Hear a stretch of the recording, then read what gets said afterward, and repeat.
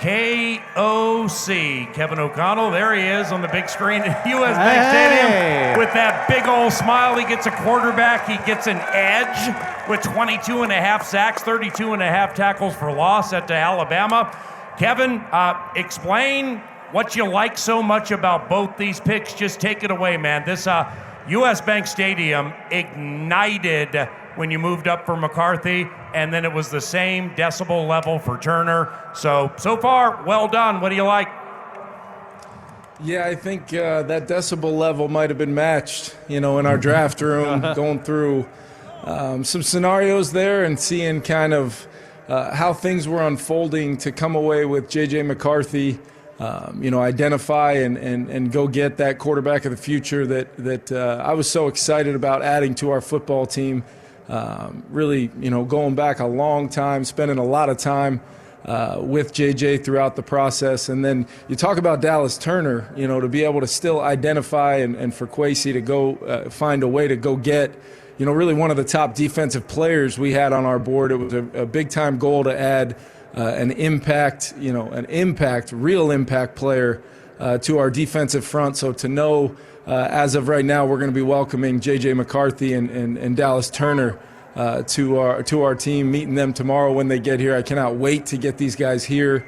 I've already gotten a ton of texts from our team and so many folks that are just excited to get these guys here and get them rolling. But a really big-time night for us, and I do hope all of our fans kind of are sharing that same amount of excitement, because it's a big night for our football team. I don't know how well you can hear it, but come on! You're super excited. Make a little noise in this building for JJ to JJ and a payday. All right, Pete Bursich, Kevin O'Connell. Kevin, you look at J.J. McCarthy. His sophomore year in high school, he won a state title. As a junior in college, he won a national championship. How many years is it going to take him to win a Super Bowl here?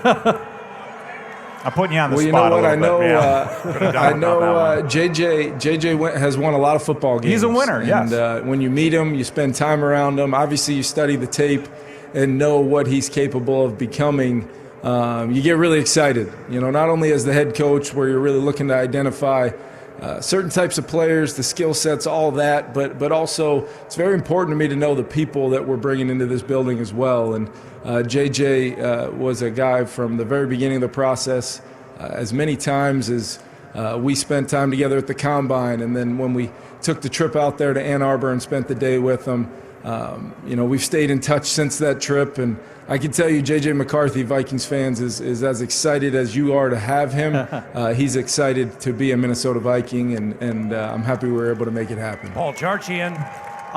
Kevin, you're going to get this question a lot. Let's just get it out of the way now.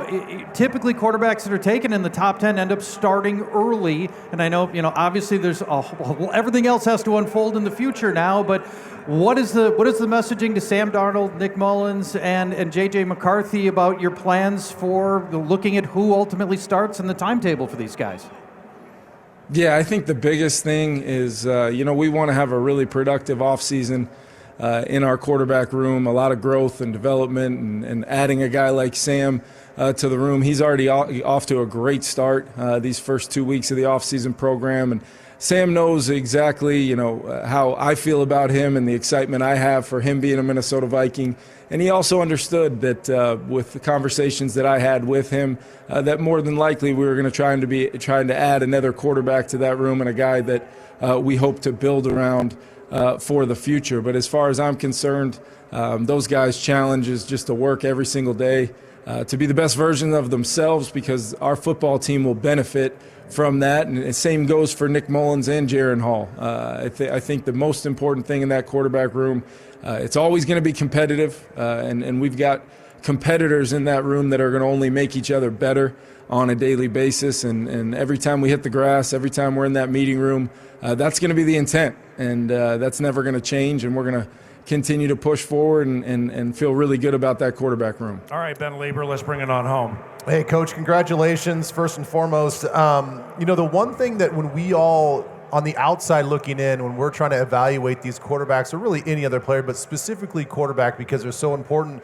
we can see all the stuff that we think that we like as far as the arm strength, the accuracy, the ability to move and throw off platform, all that stuff, right? But what we don't know is what you guys know about these guys between the ears. What do you like about JJ's approach to the game, the way he approaches life? Is he one of those guys that just is obsessed with football? Like, what is it, those intangibles that you like about JJ?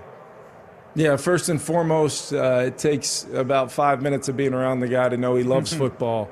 He loves the aspect of being a leader on a football team. He loves the aspect of trying to set the standard of what it takes to chase championships. And obviously he's had success at every level doing that. I think there is something to learning how to be successful with that kind of rate that he was able to do it. And I think, along that road, and JJ's still a young guy, and he's a guy that has a lot of room to grow and a lot of great football out in front of him. But he's also a guy that's very hungry. He's very smart. You mentioned the athleticism, arm strength, all the things that matter, obviously, when you're going to identify and select a quarterback, with the 10th pick in the draft. But those intangibles are huge, and they're big as you build not only that player up within your system, within your building, but also to know that this guy's going to be doing everything in his power on a daily basis to just continue to improve and be absolutely ready to go when his number's called. So, Coach, one other follow-up. We're going to talk a lot about JJ, but I can't neglect Dallas Turner and getting your opinion on him. No, please. You guys moved up aggressively a bunch of spots with the Jaguars. At that point in time, there's only a couple of defensive players off the board, meaning there's a lot of really talented players, including cornerbacks that were on the board. What do you specifically like about Dallas? Yeah, I think when you think about the players that were available kind of in that defensive front, whether you're talking D-line, edge players, inside backers, whatever you want to call it, he was one of a select few players that we really identified. And quite honestly, Ben did not think would be even remotely in play, where we had him graded, what we thought of him currently, but maybe more importantly than that, where we think he can go. I think he's got a ton of upside in Brian Flores' defense, the versatility to, number one, go get the quarterback and be a force on that edge.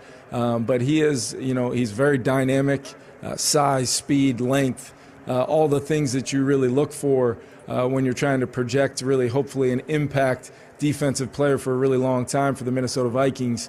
We just felt like in that moment, knowing kind of, a little bit about maybe what was going to transpire in the next few picks as far as needs and things like that, we saw an opportunity to go get what we think is going to be a big-time impact player for us.